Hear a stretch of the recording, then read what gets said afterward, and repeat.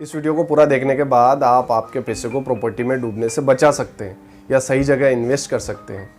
कैसे समझते हैं। नमस्कार, मेरा नाम है इंजीनियर लोकेश विश्वकर्मा। अगर आप इस वीडियो में या इस चैनल पर नए हैं तो सबसे पहले प्लीज़ सब्सक्राइब कीजिए और बेल आइकन को प्रेस कीजिए ताकि आने वाले वीडियोस आपको मिल पाए। चलिए टॉपिक पर आते हैं। अगर आप प्रॉपर्टी में इन्वेस्ट करना चाह रहे हैं, कोई प्लॉट या मकान खरीदना चाह रहे हैं रहने के लिए या इन्वेस्टमेंट के लिए, दोनों के लिए, तो आपको दो ऑप्शन मिलते हैं। दो तरह की कॉलोनीज आपको मिलेगी। सबसे पहले अनऑथोराइज्ड कॉलोनी या नॉन कन्वर्ट कॉलोनी या अवैध कॉलोनी। दूसरा ऑप्शन होता है आपको कन्वर्ट कॉलोनी या ऑथोराइज्ड कॉलोनी, जिसको वैध कॉलोनी भी बोलते हैं। अब सबसे पहले बात कर लेते हैं अवैध कॉलोनी की या अनऑथोराइज्ड कॉलोनी की। आखिर ये डेवलप हो कैसे जाती है अगर ये अवैध है, और क्या इसमें प्लॉट लेने के क्या क्या नुकसान है, समझ लेते हैं। सबसे पहले बात कि जो एग्रीकल्चर लैंड है उस पे ही अगर डायरेक्ट आपको प्लॉटिंग करके दी जा रही है तो ऐसी कॉलोनी अवैध कहलाती है।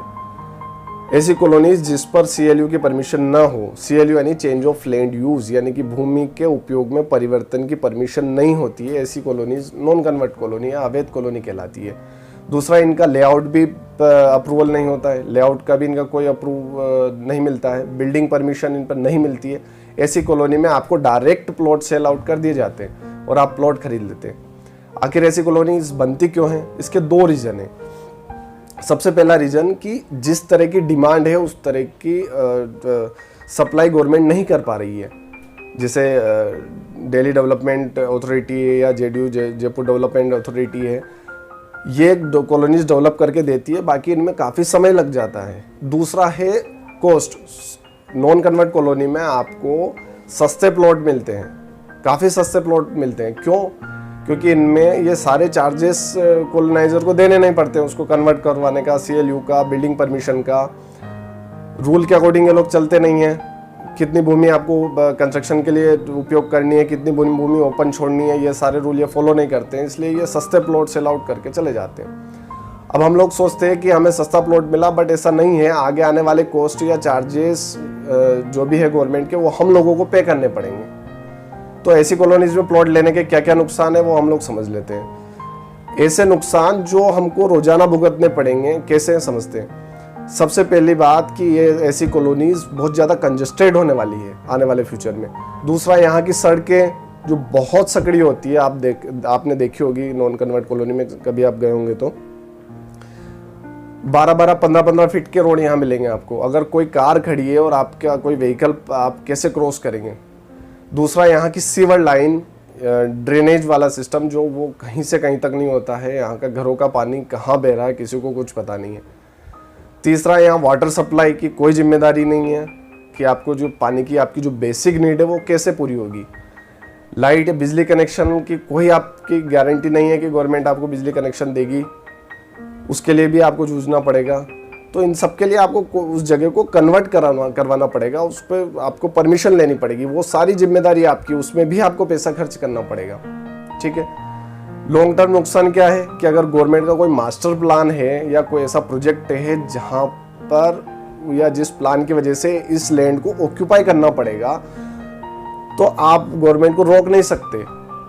गवर्नमेंट उस जगह को ऑक्यूपाई करेगी। आप बोलेंगे आपके हमें मुआवजा मिलेगा, तो ऐसा कोई फिक्स नहीं है कि नॉन कन्वर्ट कॉलोनी पे, अवैध कॉलोनी पे मुआवजा दिया जाए। अगर गवर्नमेंट मुआवजा देती है तो वो मुआवजा उस व्यक्ति को जाएगा जो उसका मालिक है। अब आप कहेंगे हम लोग मालिक हो गए, नहीं, ऐसा नहीं है। नॉन कन्वर्ट कॉलोनी या अवैध कॉलोनी का असली मालिक वही होता है जिसके नाम पे वो भूमि है, एग्रीकल्चर लैंड। तो आपका पैसा यहाँ डूबने का बहुत ज़्यादा खतरा बन जाता है। तो इसलिए सोच समझकर इन्वेस्ट करिए। अब हम चलते हैं कन्वर्ट कॉलोनी की तरफ। आखिर कन्वर्ट कॉलोनी या ऑथराइज्ड कॉलोनी या वैध कॉलोनी कैसी होती है, गवर्नमेंट इन पर परमिशन कैसे देती है, इसमें रहने के क्या क्या फ़ायदे हैं। सबसे पहली बात, अगर कोई व्यक्ति कॉलोनी को कन्वर्ट करवा रहा है तो उसको काफ़ी स्टेप से गुजरना पड़ेगा। गवर्नमेंट इतने जल्दी परमिशन नहीं देती है। सबसे पहले गवर्नमेंट देखती है कि ये इंडस्ट्रियल एरियाज के आसपास तो नहीं है, उस पर उनकी गाइडलाइन है 1 किलोमीटर की रेडियस में वो जगह नहीं होना चाहिए, या ऐसी जगह पॉल्यूशन वाला एरिया नहीं होना चाहिए। उस कॉलोनी के आसपास कोई लैंड, रिवर, पॉन्ड वगैरह नहीं होना चाहिए।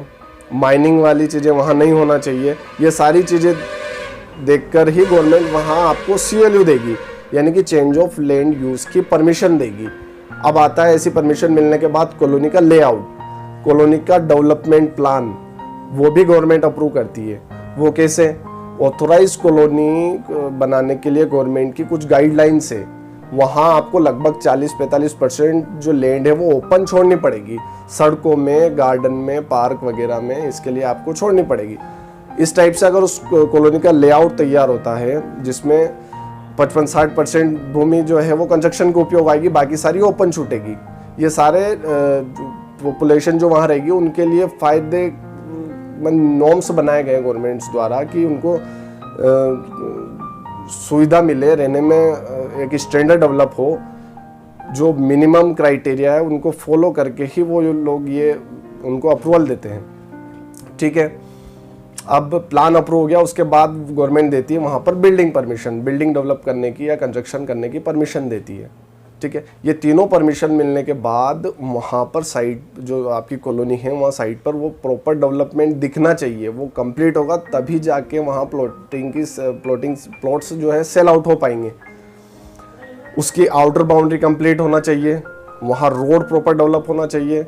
अब नॉन कन्वर्ट कॉलोनी में कहाँ आपको 15 फीट का रोड मिल रहा था, और कन्वर्ट कॉलोनी में मेन एंट्रेंस का रोड लगभग 30 फीट से स्टार्ट होता है, बाकी ब्रांच रोड 25 फीट के आसपास चलते हैं। गार्डन एरिया कंप्लीट छोड़ना पड़ता है। सड़कें कंप्लीट होने के बाद वहाँ पर पानी की सुविधा प्रॉपर होना चाहिए, वहाँ पर वाटर टैंक का निर्माण होना चाहिए, सब दूर पानी की सप्लाई हो, ऐसी सुविधा रहे, तब जाके वहाँ परमिशन मिलती है। लाइट कनेक्शन वहाँ प्रॉपर मिले, गार्डन वहाँ के कंप्लीट डेवलप हो, स्कूल का भी गवर्नमेंट का नॉर्म्स है कि वहाँ स्कूल का भी डेवलपमेंट हो, या नियर बाई कोई स्कूल रहे, हॉस्पिटल रहे नियर बाई कोई, EWS बिल्डिंग वहाँ का कंप्लीट कंस्ट्रक्शन वहाँ होना चाहिए। EWS यानी कि जो लेबर क्लास या लोअर क्लास लोगों के लिए वहाँ पर एक बिल्डिंग का डेवलपमेंट होता है, उसके बाद ही वहाँ के आगे के कंस्ट्रक्शन की परमिशन मिलती है। ठीक है, ये तो हो गया आपके जो डेली यूजेस वाले फायदे जो कन्वर्ट कॉलोनी है उसमें रहने के। आगे फ्यूचर प्लान में क्या क्या फ़ायदे हो सकते हैं कि यहाँ एक जो सोसाइटी डेवलप होती है वो काफ़ी स्टैंडर्ड्स उनका हो जाता है ऑटोमेटिकली, क्योंकि खुलापन वहाँ होता है, आपको पार्किंग की सुविधा सारी मिलती है, बाउंड्री होती है, तो आप सिक्योर रहते हैं। सबसे बड़ा फ़ायदा, अगर कोई मास्टर प्लान आता है गवर्नमेंट का, पहली बात तो अगर गवर्नमेंट कॉलोनी कन्वर्ट कर रही है तो उस जगह को गवर्नमेंट ऑक्यूपाई करती नहीं है, पर अगर करना पड़ती है तो आपको प्रॉपर उसका पैसा वापस किया जाएगा गाइडलाइन के अकॉर्डिंग। पहले आपने जिस भी कीमत पर खरीदा हो, बट जो प्रेजेंट कंडीशन है उसमें आपको बढ़कर पैसा मिलेगा। दूसरा, कन्वर्ट कॉलोनी की DLC रेट इम्प्रूव बहुत जल्दी होती है। गवर्नमेंट का जो सर्वे होता है, DLC रेट अगर आपको नहीं पता है तो हमने एक वीडियो डेवलप किया हुआ है, वीडियो बनाया हुआ है, उसमें आप लिंक में दे दूंगा, वहाँ जाके आप समझ सकते हैं DLC रेट क्या होती है। DLC रेट के अकॉर्डिंग ही वहाँ की मार्केट वैल्यू होती है, मार्केट वैल्यू इंक्रीज होती है। अब सबसे बड़ी जो प्रॉब्लम होती है लोगों को, नॉन कन्वर्ट कॉलोनी में लोग क्यों जाते हैं, बजट। वहाँ उनको सस्ते प्लॉट मिलते हैं, यहाँ महंगे प्लॉट मिलते हैं।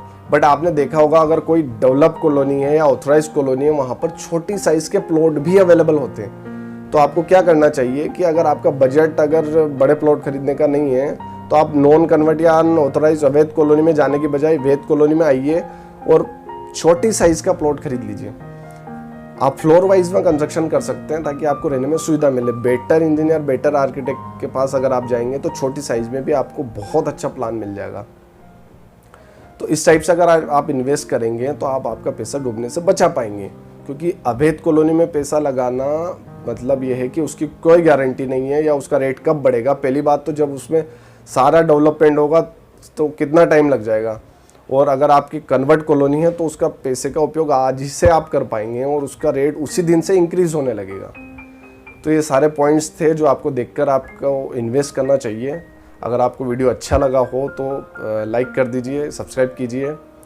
आगे और इसी टाइप से रिलेटेड वीडियोस आपको मिलते रहेंगे। धन्यवाद।